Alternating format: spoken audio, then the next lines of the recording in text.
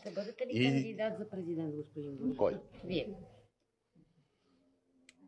Сериозно ли ме питате? 20 години отговарям на този въпрос. 20 години. Цели 20 години. Не ви ли омръзна? И Вежди Рашидов и Румен Христов, който е ваш коалиционен партньор в парламента, казаха, че би било добра идея. Затова ви питаме. И благодаря им. Разбира се, че е добра идея. Как да не е добра идея? Ще размислите ли? Има време. 20 години съм мислил по този въпрос. И какво сте решили? Аз мога да бъда само в изпълнителна власт. Аз не мога да бъда лицемер. Следващите, не тези, за следващите президентски избори ще се кандидатирам за президент. Вече 10 години ми го задава този въпрос, кога ще се кандидатирам и приключвам с тази тема.